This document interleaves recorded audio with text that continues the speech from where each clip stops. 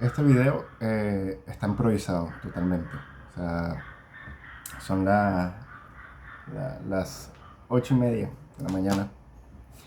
Llevo rato despierto y, y lo estoy haciendo porque necesito desahogarme de esta experiencia que fue 2666, un libro que me destruyó, pero del mejor sentido. Y eso es lo que quiero hablar hoy. No es una reseña del libro, en ningún momento va a ser una reseña del libro, no va a ser un análisis explicativo del libro, sino mis reflexiones. No he desayunado nada, me estoy tomando un café y tengo algunas cosas que quiero decir porque siento que los tengo que compartir para mantener sana la testa. 2666. 2666 es un libro, el último libro publicado por Roberto Bolaño. Roberto Bolaño escribe este libro. Escribe 5 partes que aparentemente él deseaba que se publicaran anualmente para así mantener la economía de su casa, de sus hijos, porque él sabía que iba a morir antes de publicar este libro. Y él dijo, bueno, 5 libros, uno por año, y eso ya luego las ganancias se van repartiendo, etc. Sin embargo, la editorial no, no hizo caso y lo publicó todo en un solo tomo. Creo que lo publicó primero Anagrama, luego ahora el que nos está publicando es Alfaguara, creo, en una edición enorme, y esta es la edición de bolsillo. Todos los libros que he leído de Bolaño han sido de edición de bolsillo, así que eso. Este libro lo compré en mi cumpleaños, me lo regalé. Y estamos que es 31 de marzo y estamos a 22 de julio. Y lo terminé ayer, día 21. 2666, es que no tengo guión, voy a decir cosas y ya. 2666 es un libro que es todo, es todo. O sea, me pasa mucho con la literatura de Bolaño, que la literatura de Bolaño cubre un universo, un cosmos, no un microcosmos, un cosmos. Y el cosmos es la propia literatura. O sea, medio chiste, medio no, podríamos decir que Bolaño es la literatura que se ve a sí mismo, porque tiene un control tan detallado de todos los géneros literarios, de todas las formas literarias, de todos los recursos, que para él es un juego. O sea, para él, leyendo por ejemplo Los Detectives Salvajes, todo un capítulo dedicado a una persona que cada frase o cada párrafo tenía, si mal no recuerdo, una frase en latín y era la reflexión de esa frase en latín y cómo eso se unía a la historia de esta persona con Arturo Velano en Los Detectives Salvajes. Y lo que hace Roberto Bolaño con este libro es una locura. Ojo que este análisis tiene semi-spoilers, porque siento que... Semi-spoilers porque no siento que se pueda spoilear este libro. No se puede arruinar la trama de este libro y ya voy a explicar por qué. Entonces, Roberto Bolaño, libro dicen que es la gran apuesta literaria de él, la última, el testamento básicamente literario que él dejó. Y lo considero así, yo sí lo considero así. Tal vez no la disfruté tanto como Los Detectives Salvajes, pero lo disfruté muchísimo. Y es que pasa con este libro, que es un libro, como está diciendo, que es un todo. Este libro es un todo y sus partes también. Este libro está dividido, como dije, en 5 partes, que iban a ser 5 libros que se iban a publicar.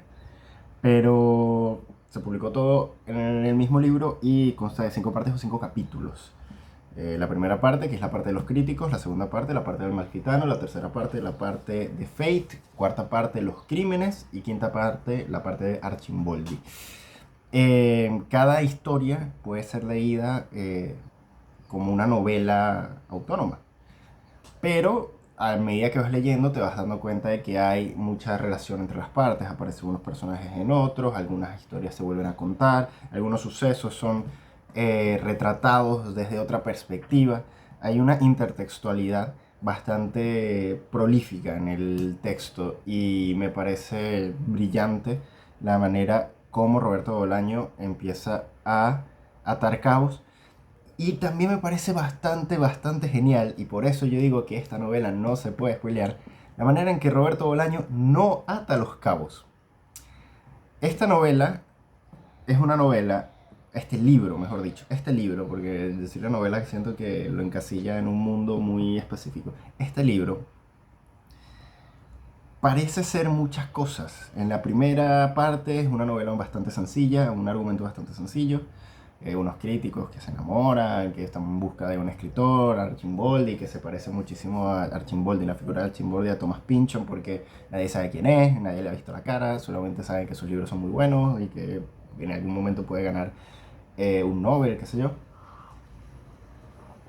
Y lo están buscando y dice que está en México. Le avisan a estos escritores, a estos críticos que está en México. Y los críticos viajan a México y transcurren distintas situaciones en México. La segunda parte, que es la parte del Amalfitano, dista de la primera, tanto en forma y en contenido. No sé si se logra apreciar, pero el libro no tiene algo así como capítulos. Tiene el texto, el diálogo y una línea, un punto y aparte, que es en espacio, que es como que lo que divide, si no los capítulos, subcapítulos, las situaciones. Obviamente hay unas que se van replanteando y pueden haber tres espacios y estar hablando de lo mismo. Pero ya en la parte del Malfitano no existe diálogo con la forma del diálogo normal, sino que son bloques de texto. Algo muy parecido a lo que ocurría, por ejemplo, en Los Detectives Salvajes. Pero luego la parte de Fate sí tiene diálogo, la parte de los crímenes no tiene. Cuando hablo de diálogo me refiero a estas líneas que dividen el diálogo. La parte de los crímenes no, y la parte de Archimboldi sí. Entonces la parte del Malfitano dista de la primera parte porque ya no es la misma historia. Ya no se trata de unos críticos que buscan a Archimboldi, sino se trata de un profesor de filosofía chileno que le pasan muchas cosas, que siente que se está volviendo loco. Y el final del libro es un sueño surrealista y ya, y acaba. Luego la parte de Fate es la de un periodista cultural afroamericano, que lo asignan a hacer una, un reportaje sobre una pelea de boxeo en México, un peleador americano contra uno mexicano, lo envían a México y ahí se está dando cuenta de que algo está pasando, de que las cosas están comportándose de una manera un poco extraña y que hay desaparecidas, muertes, asesinatos en la ciudad de Santa Teresa, que es la ciudad en donde transcurren la mayoría de los acontecimientos ubicados en México, porque esta novela pasa de México a Alemania, a Italia, a Francia, a España, a todos lados. Pero por lo general cuando es en México es en Santa Teresa, que según tengo entendido es un sitio inventado por Roberto Bolaño en referencia a Ciudad de Juárez.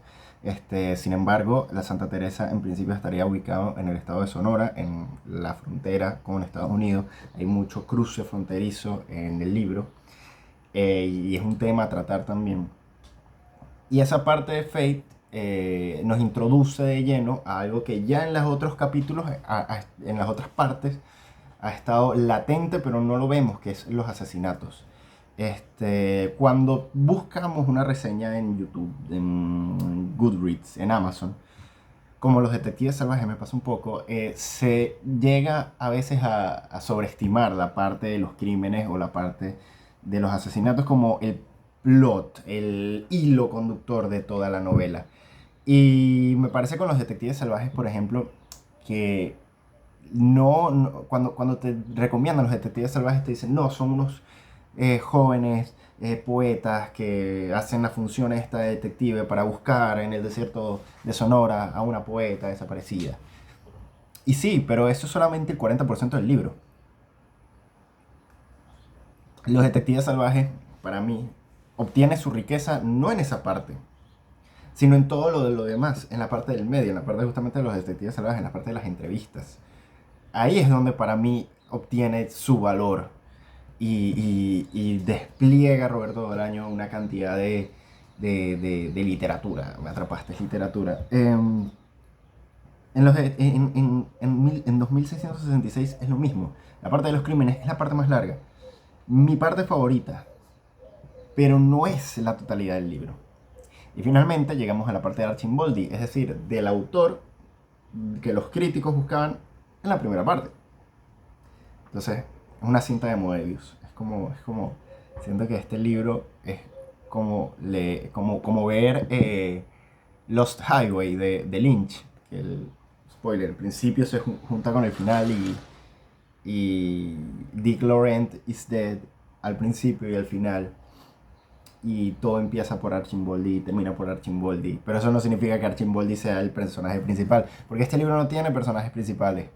Tiene personajes y ya.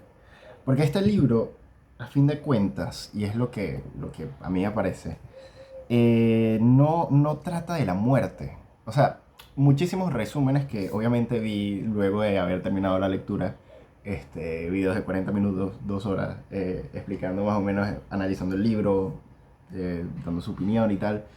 Dicen, no, este libro es sobre la muerte, este libro es sobre los horrores de México, este libro es sobre los horrores de Latinoamérica, este libro es sobre los horrores de la guerra, este libro es sobre infinidad de cosas. Y sí, sí es sobre eso, pero también es sobre la vida que aparece en eso. Y sobre todo la literatura que aparece en eso.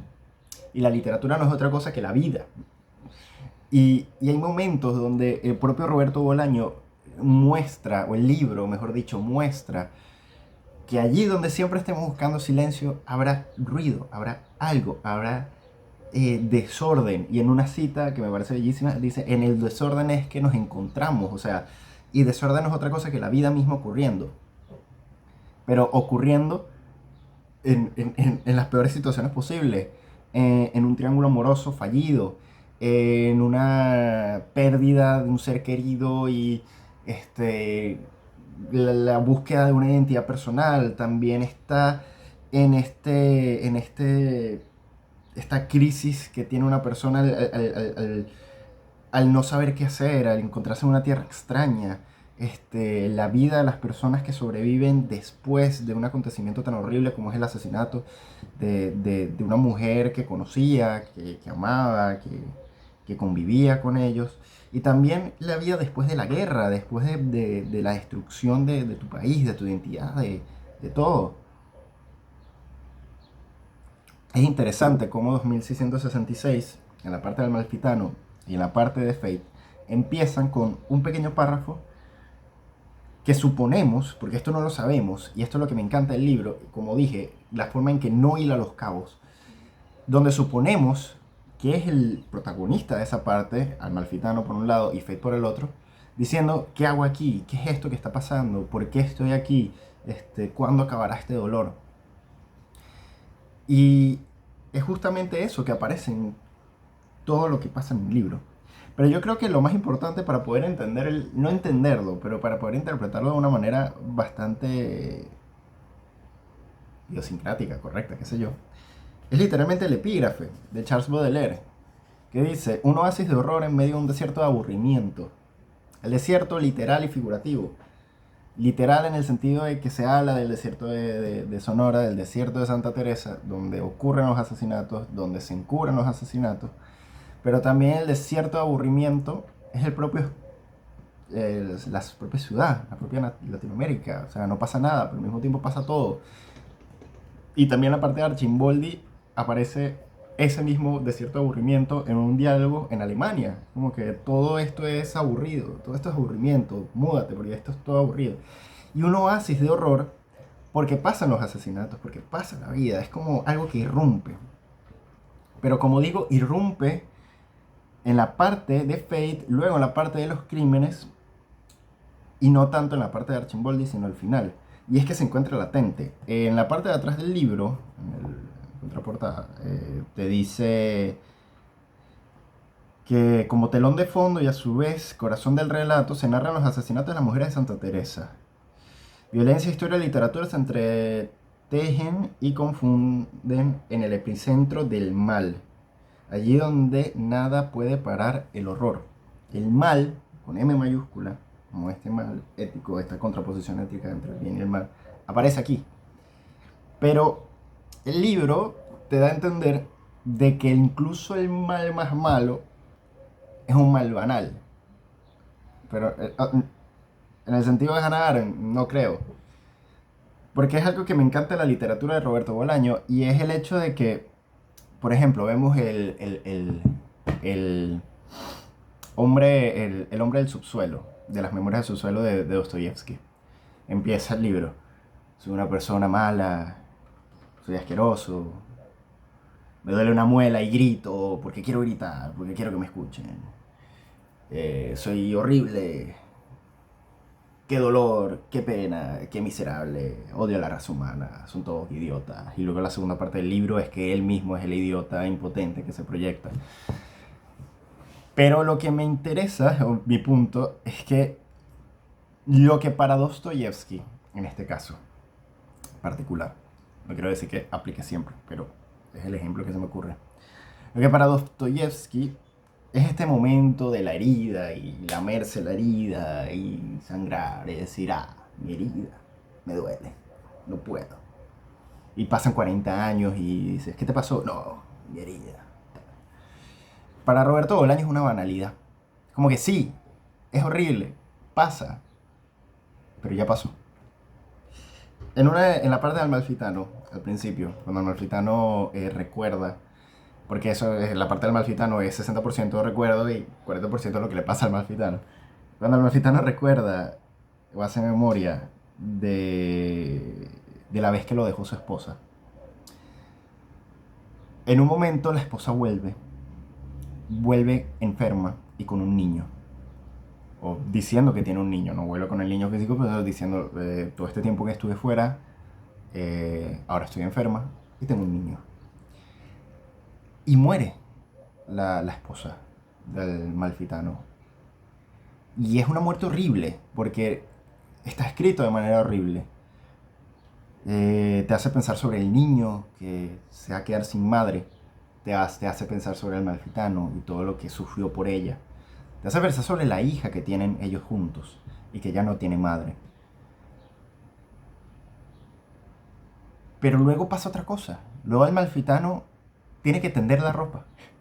Tiene que lavar su ropa. Tiene que llevar a su hija a la escuela. Tiene que dar clase. Tiene que leer. Porque todas estas cosas que nos pasan en la vida, este oasis de horror, siempre ocurre en los desiertos de aburrimiento. Y esto es lo que me encanta de Roberto Bolaño. Es también lo que me gusta de lo que Roberto Bolaño dice, por ejemplo, en la poesía de Nicanor Parra. De tantos poetas que dicen, la vida, cada vez que yo, qué sé yo, hablo, realmente estoy diciendo la cosa. O ya la palabra es la cosa muerta que solamente aparece en mi lengua, bla, bla, bla, que se regocijan en eso, en el silencio, en la pérdida. Como dice Bolaño en una entrevista increíble que recomiendo que todo el mundo vea, dice, no, es que Nicanor Parra dice, yo hablo de esto y de tumbas y de tumbas y de tumbas. O sea, ¿de qué más vamos a hablar? ¿De qué más? O sea, ¿de qué más hace falta hablar? Se muere la esposa, pero luego tiene que hacer la ropa. Es impresionante, es impresionante. Y lo impresionante no se agota en esto, sino también en la forma en la que está escrita. Yo siento que Roberto Bolaño es la culminación, el parteaguas, la culminación de una forma de narrativa que es la forma de narrativa del siglo XXI, que empezó a formularse a finales del siglo XX, o en el siglo XX mejor dicho, y que en el siglo XXI es la forma narrativa. O sea, Roberto Bolaño dijo en esa entrevista que estaba comentando, que lo voy a poner en la descripción, que ya no es posible imaginar un libro con una narrativa lineal. No enriquece nada la literatura. A ver, yo trabajo en una librería y, y los libros que más se venden son los libros de romance lineal. O sea, chica conoce chico, se enamoran, tienen relaciones apasionadas, triángulo amoroso, y termina. O sea, pon cualquier película de Netflix y es exactamente igual. Igual los libros, por ejemplo, de detectives, que al final se descubre quién es el culpable, qué sé yo. En este libro no pasa, porque este libro es eso que Roberto Bolaño dice, ya no podemos hablar de literaturas lineales, ahora tenemos que hablar de literaturas no polifónicas, pero sí como rizomas, así, de les, pum, en la cara. Porque este libro, su forma en la que está escrita y la forma en la que dice las cosas, importa muchísimo. Esto me di cuenta ya al final, porque ya leyendo la parte del Malfitano, porque este libro son 1200 páginas y yo ya iba por la página 1100 y ya quería que se acabara, ya quería terminarlo, porque quería ver todo esto en conjunto, o sea, todo lo que yo había leído en su totalidad. Pero esto lo entendí, esta cosa de la novela, cuando en la parte de Archimboldi, un personaje empieza a hablar de una señora llamada la señora Dorotea, que era muy buena en una máquina de escribir. Yo decía, ¿por qué estoy leyendo 4 páginas de la señora Dorotea? Y luego dije, porque así es. O sea, 2666 no es un libro lineal. Es la capacidad de la literatura en hacer de la vida la propia literatura. No sé si me explico. O sea, es la capacidad, Roberto Bolaño nos quiere decir, que se puede hacer literatura e historias sobre la señora Dorotea, escribiendo en su máquina de escribir. Tiene que cerrar el estadio. Solo los genios hacen eso. O sea, es una... Me parece tan brillante esa idea.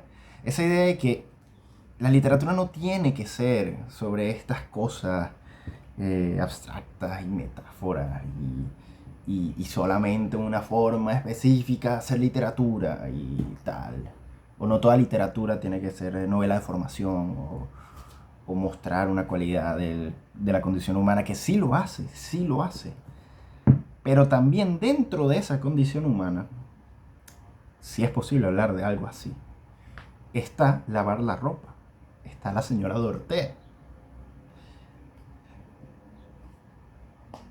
Es que es impresionante. Y esto es, como digo, parte de un culmen, de una línea en la literatura latinoamericana, de la cual yo soy bastante ignorante en términos de historia y formación y lo que sea. Pero tú lo ves, por ejemplo, en José Donoso. Este es el único libro que he leído de Donoso, quiero leer El obsceno pájaro de la noche, pero es igual de largo casi que este librote, entonces, ¿en qué momento? Pero es parte de esta, como de esta necesidad de explorar, necesidad latinoamericana, creo yo, de explorar las cosas banales de nuestra vida, nuestro día a día, de nuestra cotidianidad, de ese desierto de aburrimiento, y donde pasa ese oasis de horror. Como dice Roberto Bolaño, al final estas historias, si mal no recuerdo, son horrores que se van compitiendo a ver quién es más horrorífico. Pero en cuanto a la literatura, en cuanto a la escritura, están estas cosas que ocurren, que son por ejemplo los bloques de texto, donde no hay ningún tipo de división, sino bloques de texto completos, párrafos completos. Y en esos párrafos se mezcla tanto el pensamiento de la persona como la acción, como lo que se está narrando, como el narrador por afuera, como la perspectiva. Todo se narra. Y eso pasa justamente en el obsceno pájaro de la... en el lugar sin límites, donde, por ejemplo, habla sobre Manuela, que es uno de los personajes, y luego, en ese mismo párrafo, saltamos la perspectiva de Manuela, leemos lo que piensa Manuela, leemos lo que siente Manuela, pero luego leemos en ese mismo párrafo cómo se calienta el café. Y todo va hacia una línea y tú vas leyendo y si no prestas atención dices, ¿cómo llegué aquí? ¿Cómo llegué hasta acá? Y eso me pasaba. ¿Cómo yo llegué de algo a leer sobre la señora Dorotea? Está todo en el mismo párrafo. Eso me parece brillante porque es una forma de hilarlo. Y llega a su culmen, en mi punto de vista, o sea, en su exponente más increíble, en temporada de huracanes. En temporada de huracanes, que literalmente es un párrafo completo, o sea, es todo el libro es Tengo una reseña en el canal. Y me parece increíble por el hecho de que aquí se nota perfectamente. O sea, Bolaño toma de Donoso y de una influencia literaria universal, porque leer a Bolaño no es leer literatura latinoamericana, es leer literatura francesa, literatura africana, literatura alemana, literatura española, literatura portuguesa, es leer todas las literaturas, porque Bolaño es la literatura, Bolaño es la literatura. Es de esos autores que literalmente leen por la literatura. O sea, yo me imagino a Roberto Bolaño leyendo a Kant como si fuera literatura. Yo me imagino a Roberto Bolaño leyendo el Quijote diciendo, ¿qué representas tú en esta historia de la literatura? O sea, yo me imagino a Roberto Bolaño viendo solamente literatura y me parece brillante. O sea, autores como estos no existen casi. Y Roberto Bolaño, menos mal que existió, menos mal que vivimos una línea de tiempo donde podemos leer sus libros, su creación literaria. Y este es el culmen. Sí, es el mejor en lo que hace. Tal vez vengan mejores. Por eso yo pienso que en esta cuestión del único párrafo que abre Roberto Bolaño, Fernanda Melchor lo hace mejor. O sea, pero eso no significa que esto no tenga validez. Este es brutal. Y, y Roberto Bolaño inaugura esa novela por venir. O sea, los libros de Roberto Bolaño son esas novelas por venir, que todavía no están, porque en las estanterías, como digo, yo trabajo en una librería, en las estanterías sí que hay, sí que tienes tus libros que son así, sí que tienes tu Fernández Melchor, sí que tienes tu Juan Maito, sí que tienes tus autores contemporáneos que beben de eso, pero también tienes una lista inmensa de otros autores, de otros, porque se enfocan más en el contenido de la novela, en la historia de la novela, que en la forma de la novela. Y para Bolaño todo tiene que formarse. O sea, para Bolaño no de nada vale tener una forma absurda, una forma literaria, si al final el contenido no la representa y viceversa. O sea, aquí obviamente una discusión sobre materia y forma, pero no tiene sentido. Y al final del libro no te da respuestas. Al final el libro no te dice qué hacer, qué esperar, qué entender. Supuestamente hay 1000 páginas todavía inéditas para añadirles a este libro. Pero luego, según otras fuentes, ya el libro estaba completo. Al final, el libro no te explica. Los asesinatos, no sabes quién fue. Por un lado, tienes la respuesta de que fue Klaus Haas. Por el otro, te dice que fueron los hermanos de un no sé qué cosa, unos primos, que cometían los asesinatos. Por el otro, también te asoma la idea de que es una red de tráfico de mujeres que las secuestran para fiestas y luego las asesinan. Escoge la que tú quieras, o sea, no te va a dar la respuesta porque no hay respuesta. Yo creo que la respuesta, o si hay algún tipo de respuesta, es la que Roberto Bolaño dice en la parte de Fate, de que los asesinatos de las mujeres es un síntoma de algo que pasa en Latinoamérica, que es algo nuestro. O sea, de vez en cuando aparece y representa esto horrible. ¿Por qué es horrible? Porque tú te tienes que aguantar 400 y tantas páginas de ver detalladamente cómo asesinan y hacen cosas horribles a las mujeres, y tú lees la primera página y dices, ¿qué estoy haciendo? ¿Qué asco? No quiero seguir leyendo. Algo así como me pasó con temporada de huracanes, que te quedas como, no quiero, o sea, no quiero. Pero luego sigues leyendo y ya a la última, es impresionante cómo tú sientes esa evolución de los propios personajes en ti mismo. Es como la literatura de James, donde él sabe lo que piensa el lector. Yo creo que en este punto Bolaño también, porque ya en los últimos casos ya no son tan detallados, sino muere tal, le pasó tal, causa tal. Y la propia indiferencia del texto se convierte en indiferencia del lector. Y la indiferencia del lector es también la indiferencia de los personajes que lo están viviendo. Porque son 5 años de asesinato de mujeres y 5 años narrados acá. 5 años donde pasan no solamente los asesinatos, sino también una vida entera. Porque eso es lo que pasa, una vida entera. Problemas con el narcotráfico, una historia de amor inconclusa, una historia de un señor que entra a las iglesias a profanar, un detective privado, un sheriff que se va a México como detective, desaparece y no te dicen más nada de él. Y ya. Casos sin resolver, personajes que aparecen a medias. No hay momentos que dicen, tenemos la prueba, vamos a analizarla, desaparece la prueba. Y ya, nadie hace preguntas, nadie dice nada. Entonces luego te preguntas hasta qué punto los propios personajes son cómplices de todo esto que está pasando. Y de alguna manera lo son. Es todo el ecosistema. O sea, da una visión literal y metafórica del mal en Latinoamérica. Literal porque te muestran cosas reales, porque esta serie de asesinatos y feminicidios sí ocurre. Y es algo súper importante de tomar en cuenta.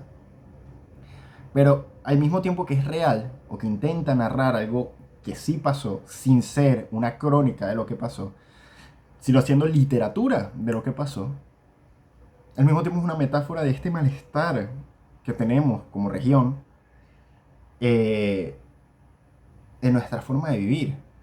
O sea, y no es casualidad de que la mayoría de las víctimas sean obreras, prostitutas, niñas de barrios muy pobres, jóvenes, todas trabajando en maquiladoras. O sea, no es casual, no es casual.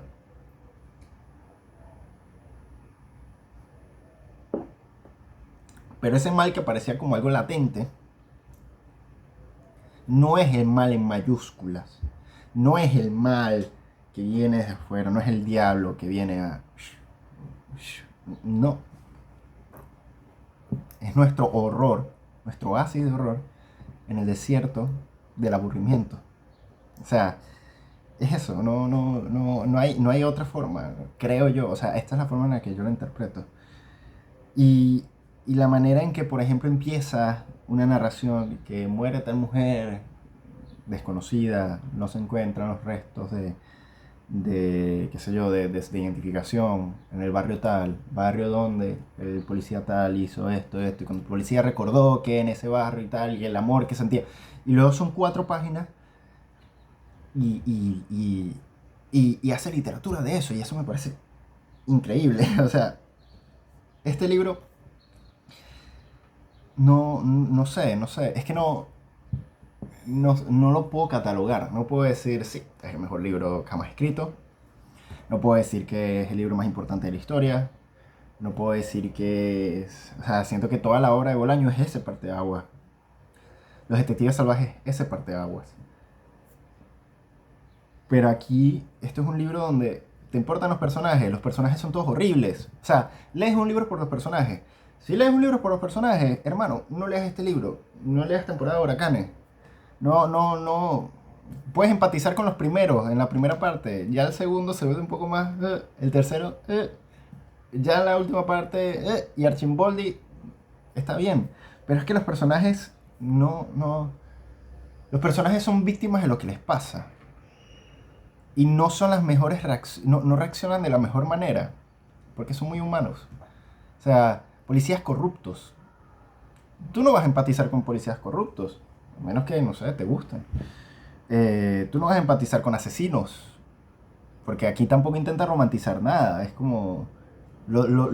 es que la forma en la que escribe Roberto Bolaño es tan precisa que te deja como una neutralidad donde tú luego tienes que hacer una tarea de decir, ok, ¿qué estoy pensando? O sea, una tarea reflexiva de, ok, un policía corrupto acaba de violar a una prostituta.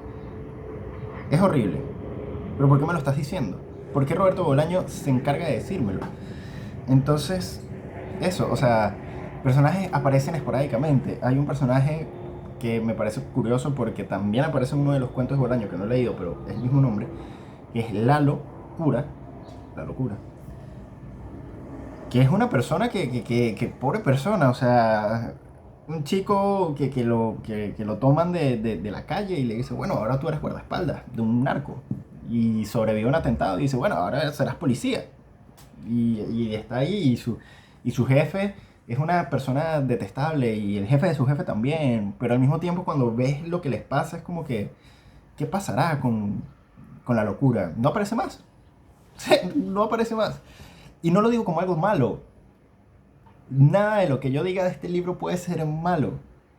Si hay algo malo de este libro, no es por carencia, sino por sobreabundancia, por exceso. Y esto es lo que me parece genial.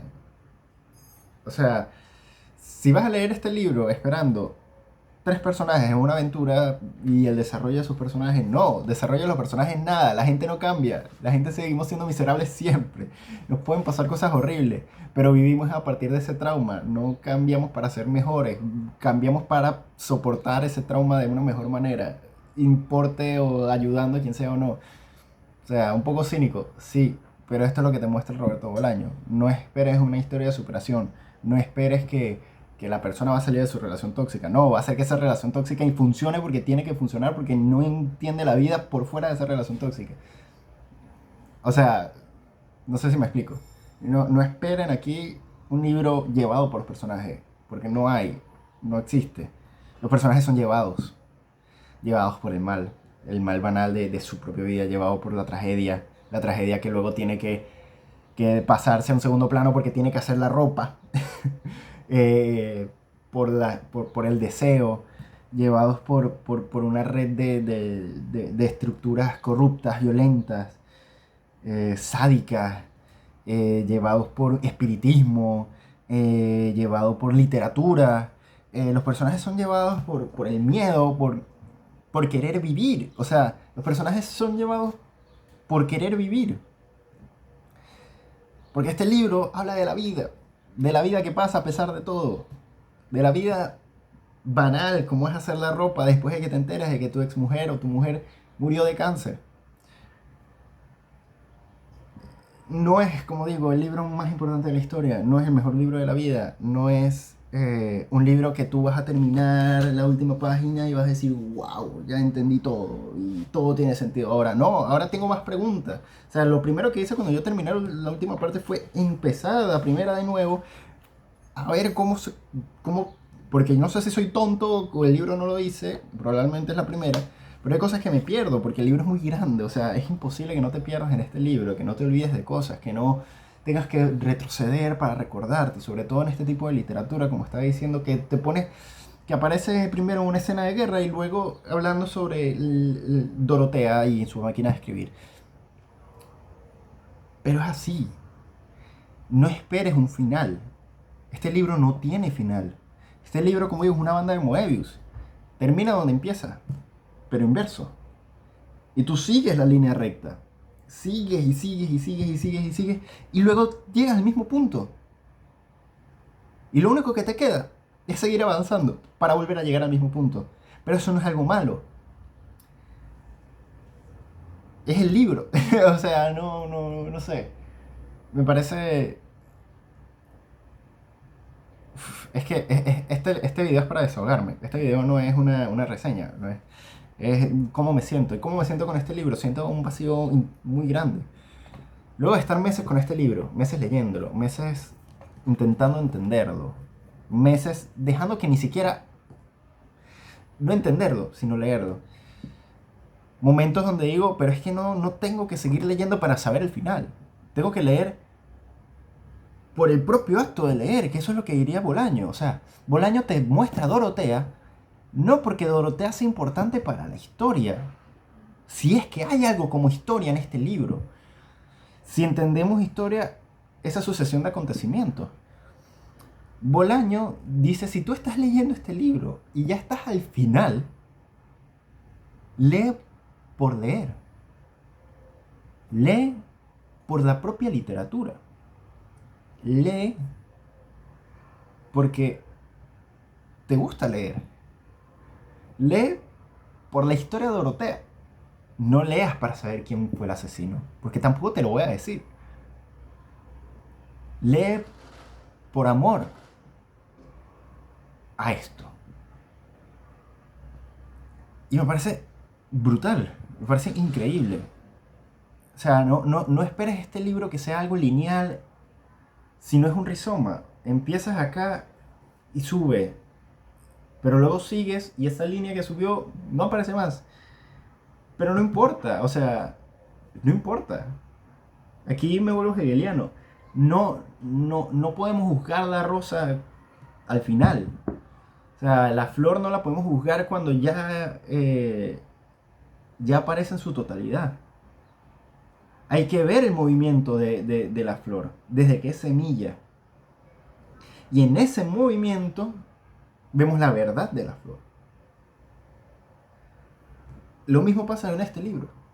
Este libro no es puntos sucesivos. Este libro es el movimiento. Es una literatura dinámica en ese sentido. Una literatura que no va en ningún momento a decirte este es el asesino, estos son los crímenes, este es el sospechoso. No, resulta que no era sospechoso, era este, pum, encontramos. No. O, y es que es que, mira, mientras más lo pienso, más loco me estoy volviendo. Pero es que eso te lo dice en la primera parte. En la primera parte los críticos buscan a Archimboldi en México y no lo encuentran. Y dicen, él está ahí, yo sé que está ahí, lo vamos a encontrar. Y se acaba la parte. Lo mismo hace el lector con este libro. Y Bolaño nos dice que no lo hagamos. Bolaño nos dice, vas a buscar, vas a ir a México, a Santa Teresa, a este mundo que yo estoy creando. Y vas a buscar al asesino. O vas a buscar el sentido. O vas a buscar las razones por las cuales estoy escribiendo esto. O vas a buscar lo que sea. Y te vas a quedar allí. Y vas a decir, no, es que aquí está la respuesta. Pero como los críticos en la primera parte, y eso es lo que nos quiere enseñar Bolaño, se acaba la parte. Se acaba el libro. Tú sabes que está aquí la respuesta a las preguntas que te has hecho. Pero el libro se acaba. Y queda cerrarlo y doblar la ropa. Genial. Es que